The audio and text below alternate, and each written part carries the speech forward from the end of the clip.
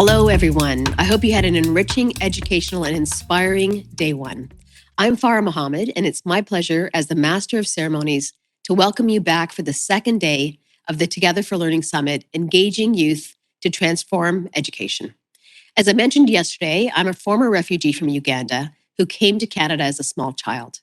For the past 25 years, I've had the pleasure of working alongside politicians, entrepreneurs, business leaders, philanthropists, and change makers like Nobel laureate Malala Yousafzai in the hope to elevate Canada's role in the world.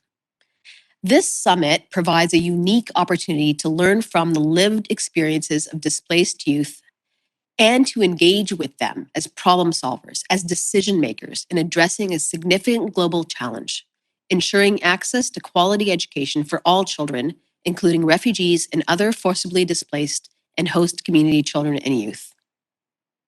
The summit aims to set an agenda for the future to make sure that refugee, other forcibly displaced and host community children and youth have access to the quality education and lifelong learning and opportunities they need and they deserve. Before we get started, a few housekeeping reminders. First, if you're having any troubles at all with the technology, please click on the Need Help button on the top of the platform webpage. A reminder that there's simultaneous interpretation available in English, French, Spanish, Arabic, and American Sign Language. And you can locate the summit agenda by visiting the Together for Learning website. Now, you can also visit the lounges where you can have conversations. I know we're in a digital world, but we can still converse with each other. The people who are attending the summit, please engage in the global chat and check out the Resource Center for additional information. Finally, we do not want to keep this a secret. So social media is key. Please use the hashtags, hashtag Together for Learning and hashtag Ensemble pour l'apprentissage. Now, to get things started, we have a special video message from Canadian soccer star, or football, as many of you joining call it, and UNHCR Global Goodwill Ambassador, Alfonso Davies. All children should have the chance to dream big.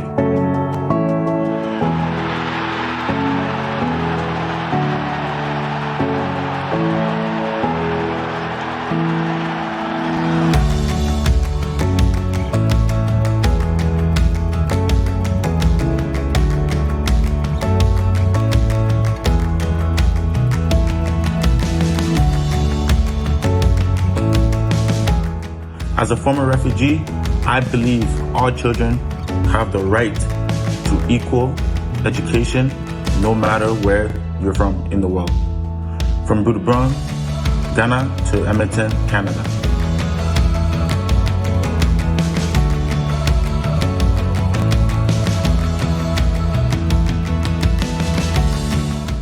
In February 2021, Canada launched a Together for Learning campaign to promote quality education for refugees.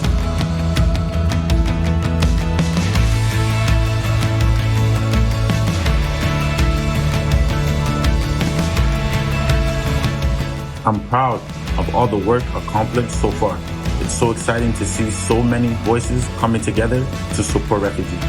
Drop a comment on this video to tell me why you think education is important.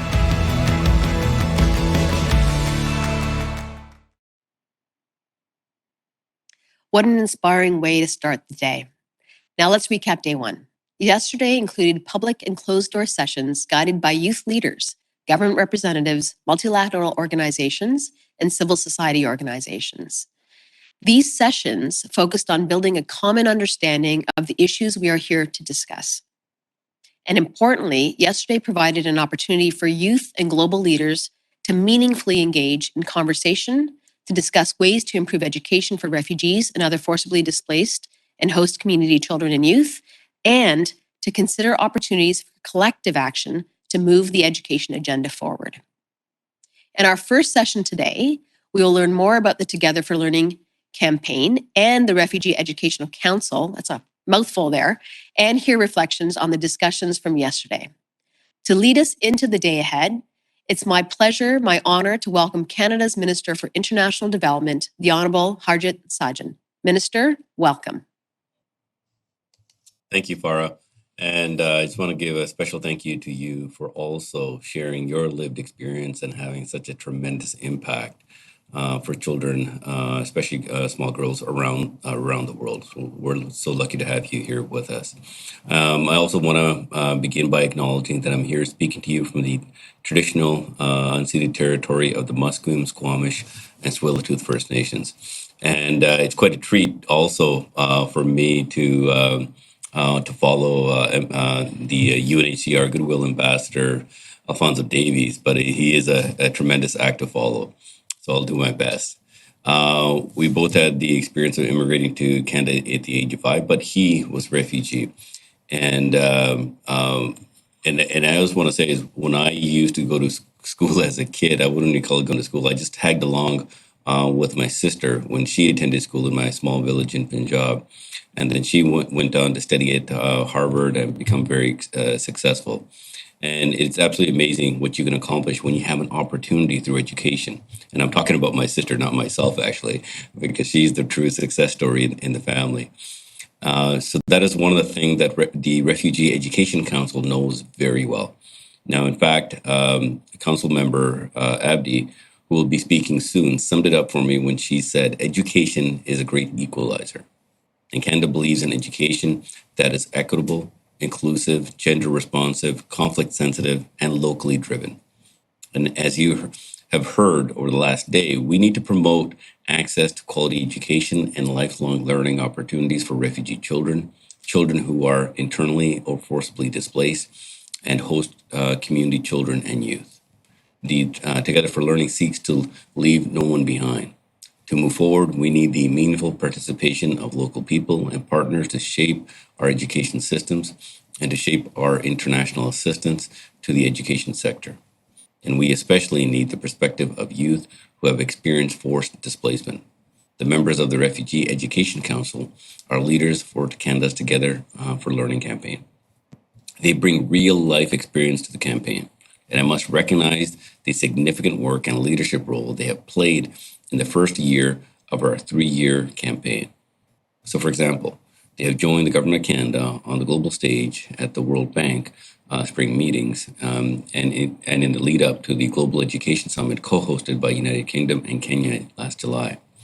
They have used social media to advocate and participated in podcasts with our partner, the Interagency Network for Education in Emergencies.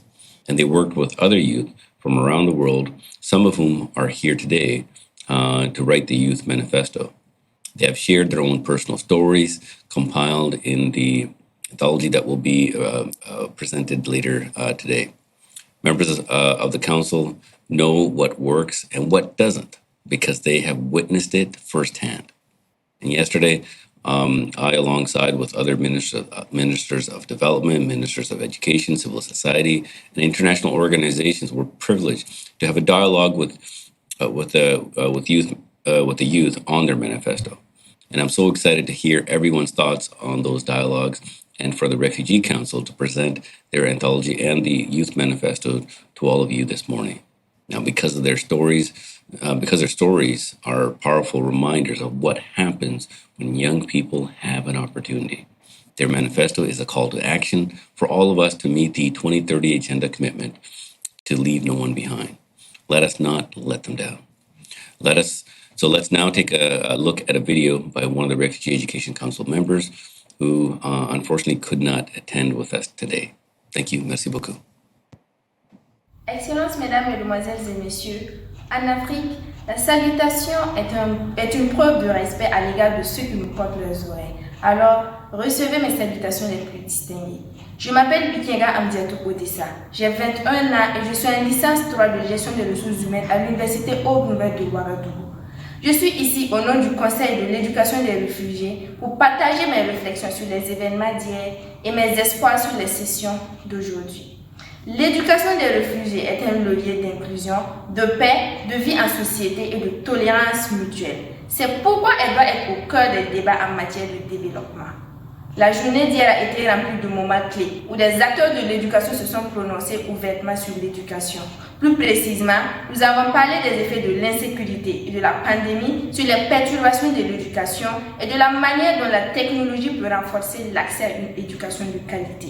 Nous avons également entendu des jeunes, y compris ceux du Conseil pour l'éducation des réfugiés, parler de nos recommandations visant à promouvoir une éducation inclusive et adaptée aux besoins des apprenants réfugiés et déplacés.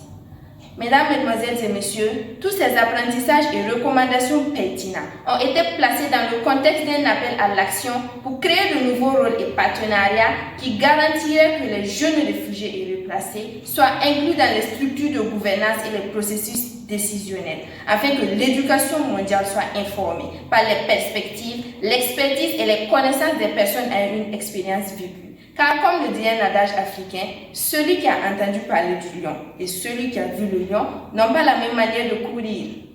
Alors que nous entrons dans la deuxième journée du sommet, le Conseil pour l'éducation des réfugiés se réjouit de présenter une anthologie sur laquelle nous travaillons depuis de nombreux mois maintenant. Cette pièce créative est remplie d'une pléthore d'histoires personnelles qui mettent en lumière nos expériences en tant que réfugiés, enseignants, apprenants, bénévoles et défenseurs de l'éducation. En tant qu'équipe nationale, nous espérons que cette anthologie changera les perspectives et amènera les participants à mieux comprendre ce que nous avons vécu et continuons à affronter. Je ne saurais terminer sans lancer ce cri de cœur. À tous et à chacun, levons haut nos voix pour que puisse se lever une aube nouvelle, amenant avec elle une douce brise pour l'éducation des réfugiés. Je vous remercie. Because I can't hear the direction.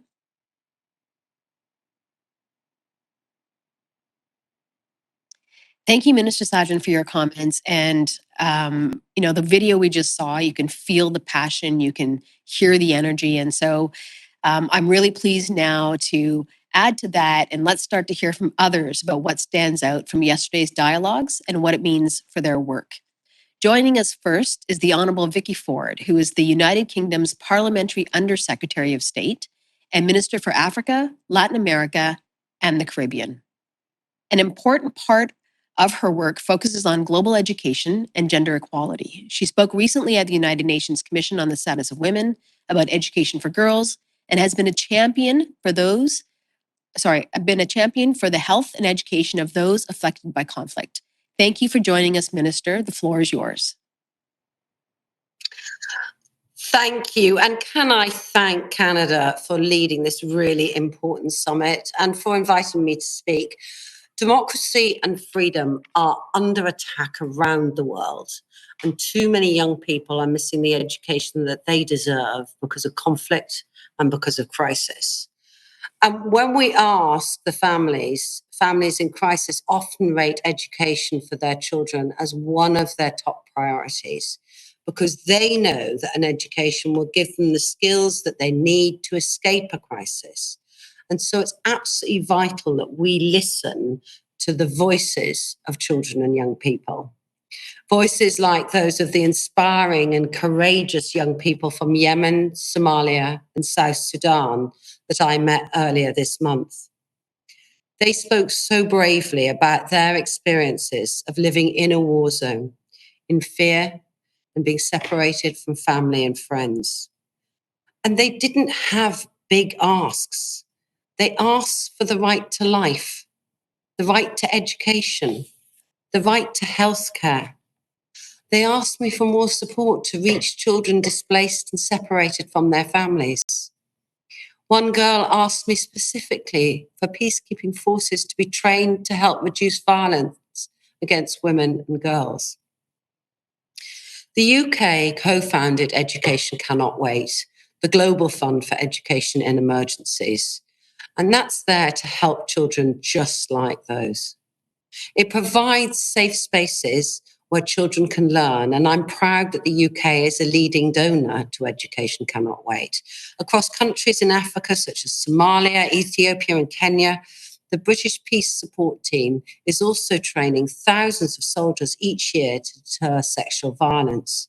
So I'm really pleased that an additional 1 million Canadian dollars has been announced to support the excellent work the UK and Canada are doing together through the Girls' Education Programme in South Sudan. That's reaching more than 700,000 girls to overcome poverty-related barriers and access education. In Afghanistan, it's devastating for us all to see girls locked out of their schools, despite the assurances from the Taliban that they would be free to learn. So earlier this month, together with our G7 partners in Norway, called on the Taliban to reverse this decision. And meanwhile, the UK is working with humanitarian agencies and partners across the world to restart community-based education for as many Afghan girls as we can. And in Ukraine, people across the world are appalled by the Russian attacks. Russian forces have damaged over 500 schools. They've forced over 4 million children to flee from their homes. We in the UK continue to stand with the people of Ukraine. We've recently announced support for up to 100,000 Ukrainian children to take up places in schools in the UK. And we'll also help them to study in their native language as they settle into their new lives. But we remain extremely worried about the safety of child refugees with reports of child trafficking.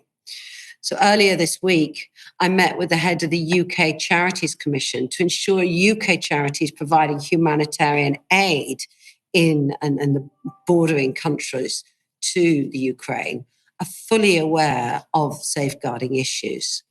And I encourage all present today to raise this alert with their respective networks and bodies. We must also not lose sight of every child who continues to suffer from crises elsewhere in the world. The UK is proud of its record in responding to the needs of children. So, for example, in Northwest Syria, we've supported over 500,000 children affected by conflict with access to education since 2018. In northern Ethiopia, we're helping around 28,000 children affected by conflict and displacement to keep up with their schooling. But we all know that a lot more must be done to reach the most marginalized children. Millions of children need our support. And so I welcome this summit and the commitments in the chair's statement today, because together we can make a difference to young lives across the world. Thank you. Thank you, Minister Ford. You remind us of the importance of cooperation between governments and really being accountable for the actions that we all take and that we all ask our governments to take. So thank you very much for your comments this morning. Next, I'd like to introduce Charles North, Acting Chief Executive Officer of the Global Partnership for Education. GPE is the largest global fund solely dedicated to transforming education in lower income countries, including countries affected by conflict and crisis, and for children and youth in situations of displacement. Because of the work of GPE, 106 million more children are enrolled in schools in partner countries affected by conflict and crisis since 2002. Charles, we look forward to hearing your reflections on the discussions thus far. Thank you so much. I'd like to begin by building on remarks by Minister Sajan and Minister Ford, by underscoring how important and valuable the Youth Manifesto is to the wider process of holding us all accountable to our commitments to deliver a quality education for all, particularly children and youth displaced by conflict and crisis. The direct, powerful statements by Aisha and Anu yesterday are a wake-up call to remind us of the urgency and reality of what our work means to refugee and displaced children around the world, striving to enjoy their basic human right. I also welcome Minister Sajan's commitment to clear priorities, including the acknowledgement of how important it is to strengthen education systems, to build resilience and minimize the disruption of education in crisis contexts. With this manifesto, you are closing the gap between those making the decisions and those experiencing the direct impact of those decisions on the ground. Within GPE, we've experienced the power and impact of working with youth advocates firsthand, most recently through our Youth Leaders Pilot Program, which played an essential role in our global replenishment campaign last summer. Working at local, regional, national, and international levels, GPE's youth advocates from all over the world were instrumental in connecting with decision makers, stakeholders, media, and each other to powerfully make the case that we need a game change in education finance. Throughout the year and at our Global Education Summit, they brought firsthand experience to discussions on the unprecedented needs of the COVID-19 pandemic, how we can prevent and roll back on progress made so far, and what we need to do to put us back on track to achieving SDG 4 in delivering quality education for all. I want to acknowledge two of GPE's youth leaders participating in this summit, Miriam and Nival Rehman, who played a key role in helping GPE mobilize $4 billion towards our $5 billion goal to transform education systems around the world. I'm proud to say that we are extending our Youth Leaders Program and deepening our commitment to meaningful youth engagement in support of GPE's mission and goal. I want to thank Canada for holding this summit. I want to thank the youth leaders for this manifesto and add GPE's commitment to doing what we can to make these hopes and aspirations and demands become reality. Thank you.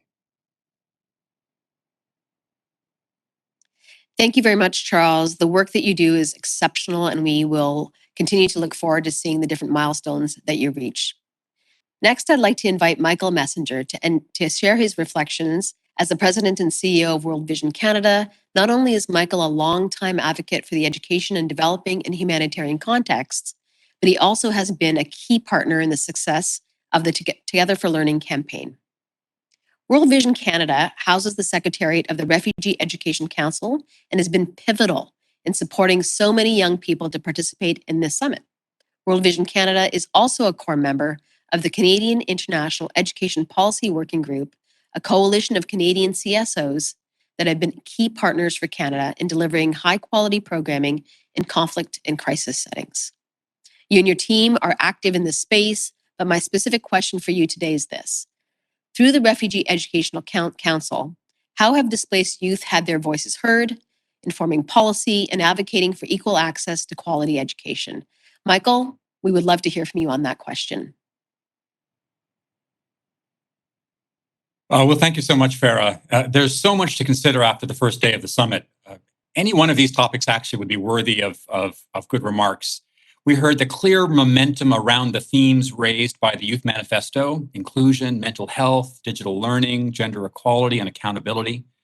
Perhaps the highly engaged interventions in the closed sessions that really demonstrated the common cause that so many countries and institutions and civil society organizations share, and the commitment that we have to the needs and potential of refugee and other displaced learners. We could talk about the critical theme of education of women and girls, and of course, the concrete examples of interventions, learnings, and approaches that work that were shared by organizations on the ground. But as I think about your question, I have to tell you that the greatest highlight for me after day one was the leadership and participation of the members of the Refugee Education Council and other young leaders and their stories. And if you'll permit me a personal reflection, as I listened to their interventions, read the manifesto, and actually reviewed the forthcoming anthology, I was reminded of a significant feature of my faith tradition when I was growing up. Now, that may seem like an odd connection, but just stay with me here. But you see, when I was a child in my church, a feature of certain prayer meetings or services was not just teaching, but the centrality of a testimony. In fact, it was often invited. Do we have a testimony tonight? A testimony made space and time for people to tell their own personal stories. People from all backgrounds shared how their own lives intersected with the truths that were being taught, how their lived experiences intersected, gave them unique perspectives that couldn't be found in a textbook or a sermon. Even when the testimony contained elements of tragedy, through the telling of their story, the person acknowledged the pain and shared it in light of a bigger picture. And the testimony was almost always given to encourage others, to challenge others, to offer sound advice through their words, and often to provide a spark of hope and optimism. Testimony is where head and heart and spirit come together. And when done right, it is far more than just telling stories. It's about doing and shaping and leading. And unlike the pastor of my church growing up, in this session, we do not need to ask, do we have a testimony? because we've already heard many. From Amdiatu in the video we just saw to Christine, Niall, Emily, Anu, and Aisha, and others, the stories and insights and leadership of these remarkable young people from the Refugee Education Council have brought our discussions to life. They've directly crafted and shaped and affirmed the plans, and their voices ring out in the Youth Manifesto. They challenge all of us to look beyond our own goals, our own organizations, our own limited perspectives to embrace their calls. And they have done so in a remarkably effective way. So I'm going to remember yesterday's program because of the powerful involvement of these leaders and their voices. On behalf of all of us, I want to say thank you for their willingness to share with other members of the council and with us. At World Vision, we've been pleased to provide support for the Refugee Education Council, but really we just want to give them a platform and get out of their way. And so as the summit continues, I encourage all of you to engage deeply in these young people's lived experiences and ensure that these leaders have continued access to the decisions and deliberations as the day continues. Thank you very much. Michael, I want to thank you also for really elevating, providing a platform, these young voices. The work that you do is exceptional. So thank you very much. Our next speaker almost needs no introduction, but I'm going to do an introduction anyway. The Honourable Lloyd Axworthy is the chair of the World Refugee and Migration Council and one of Canada's leading voices on global migration and refugee protection. In fact, I'm sitting in the building where Mr. Axworthy was a long-term Minister of Foreign Affairs, and so it's a pleasure to introduce him. After a 27-year political career where he served as Canada's Minister of Foreign Affairs and Minister of Employment and Immigration, among other postings, Mr. Axworthy has continued to work extensively on human security, refugee protection, and human rights in Canada and abroad. He was presented with the Pearson Peace Medal by the Governor-General of Canada in May 2017. During his term as President and Vice Chancellor of the University of Winnipeg, Mr. Axworthy initiated innovative programs for migrant and Indigenous youth communities and has also done a great deal of work on refugee reform as a fellow of Germany's Robert Bosch Academy.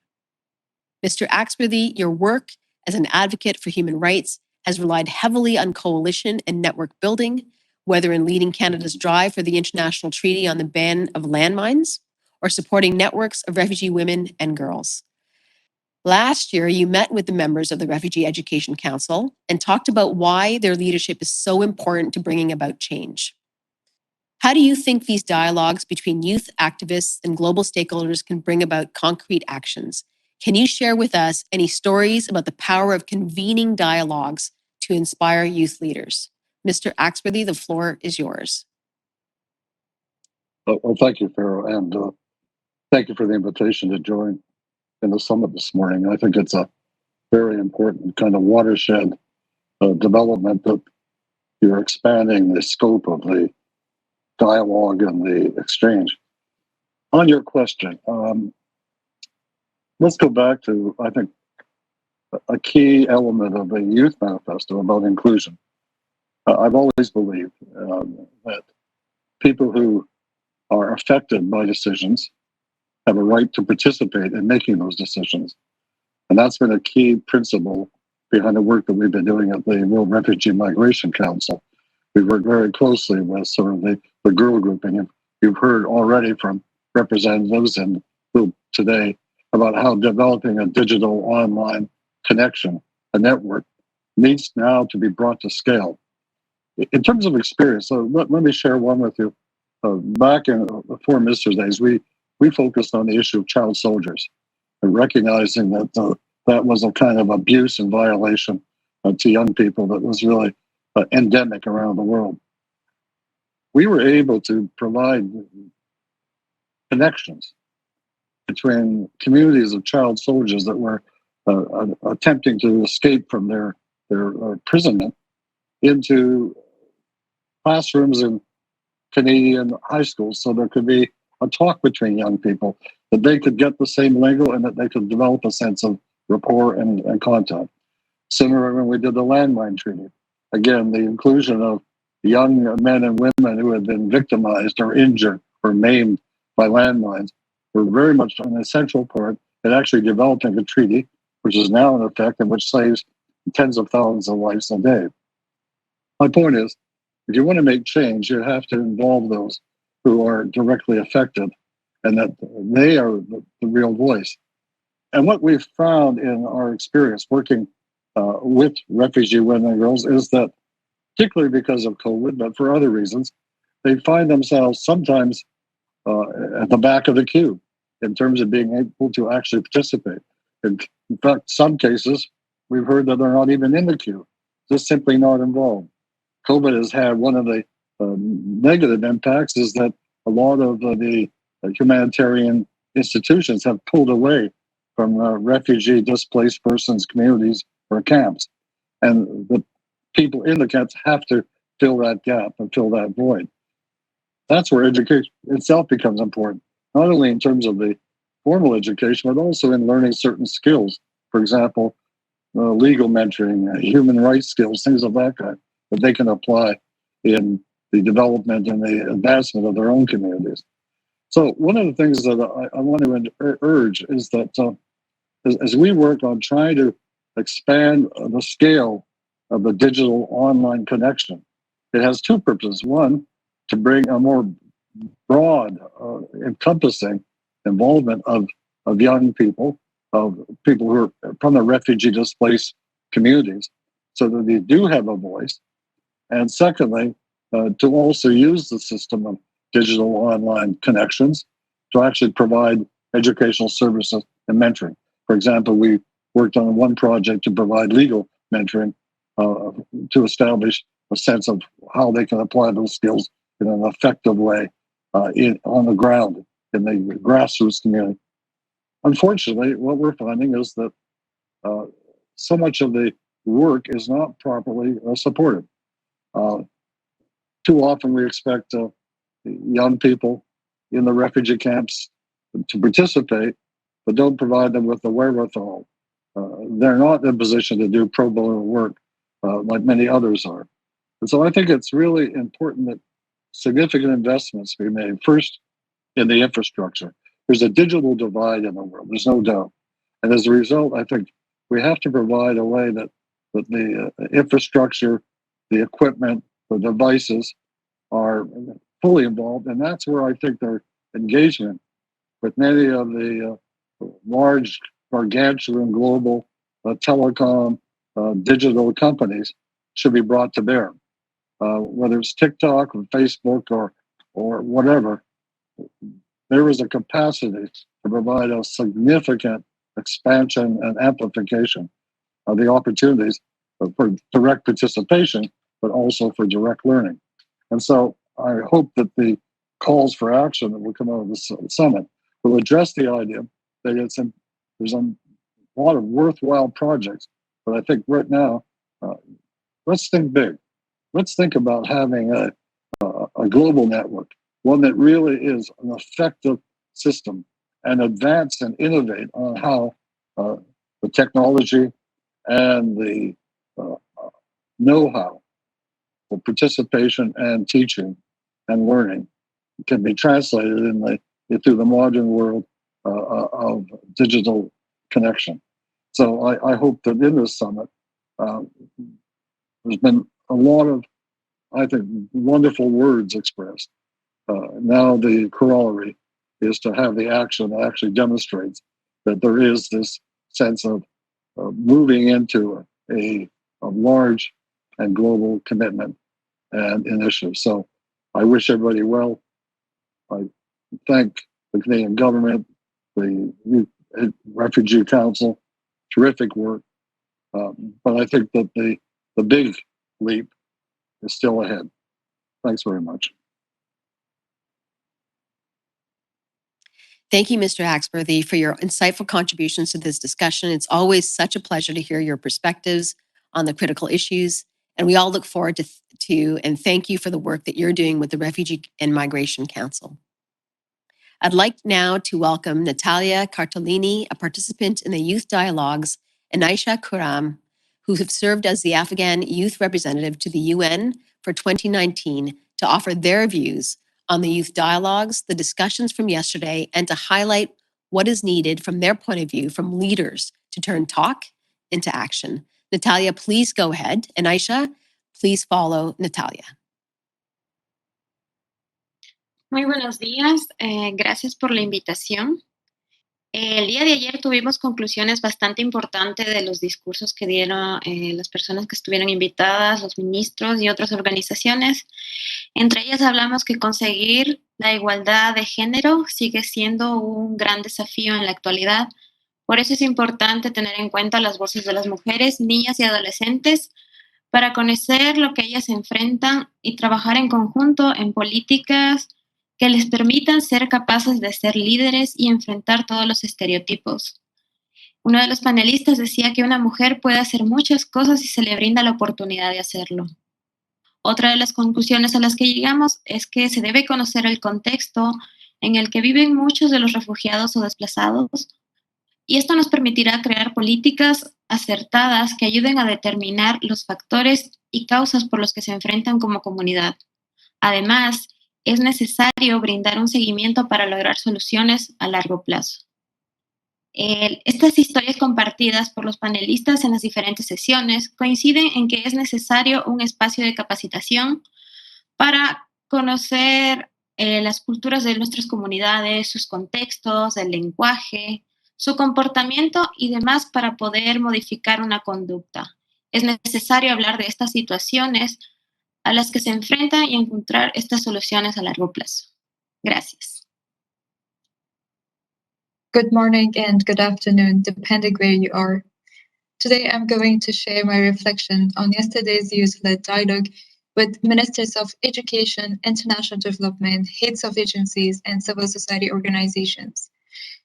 During the closed session, it was highlighted that for the past 2 years, children and youth faced unprecedented disruption to their education during the pandemic. However, refugee students, especially girls, are the most vulnerable and marginalized segment of society that have been already excluded from the educational system before COVID-19. All ministers present in the event expressed their commitment for providing inclusive, fair, and quality education for all children and youth, and shared their experiences about mitigating emergency and crisis situations that blocked children and youth access to education. Youth representatives and advocates emphasized on the efficiency, leniency, and flexibility in providing educational opportunities for refugee students that can ensure their right to accessing quality and equitable education in their host countries. And I would like to emphasize once again, there needs to be more support for refugee-led initiatives and student-led activism. We need to invest more in all children and young people that are marginalized and affected by poverty, disability, conflict, and displacement. More investment and support for country-led initiatives need to be in place for girls to go back to school, as they are more likely to not be able to continue their education. I recently fled a country where girls are not allowed to go to school. This is happening today in the 21st century in my country, Afghanistan. My journey as someone who decided to leave everything behind just to be able to continue my education was not an easy one. And I realized that today, in the 21st century, education is not a basic human right. It is still a privilege and a dream for many children and youth around the world. So I would like to urge ministries to support and encourage higher education institutions to open up more opportunities for youth that are left behind. Refugees are subject to so many obstacles and bureaucratic processes that waste their youth and the wait for being counted as equals. There should be leniency for refugee youth by immigration ministries and educational institutions to facilitate their access to higher education, to embrace them in an environment that is welcoming and help them reach their full potential by giving them a chance to achieve what is rightfully theirs. I thank the Canadian government for their leadership in providing equal education for refugee students. Thank you. Aisha and Natalia, thank you so much for sharing in such an eloquent way your thoughts, your views, and your demands, if I may say it that way. Well, what a remarkable way to start the second day of the summit. I learned so much about the Together for Learning campaign and specifically the role of the Refugee Education Council in advancing the education agenda for refugee, displaced, and host community youth and children.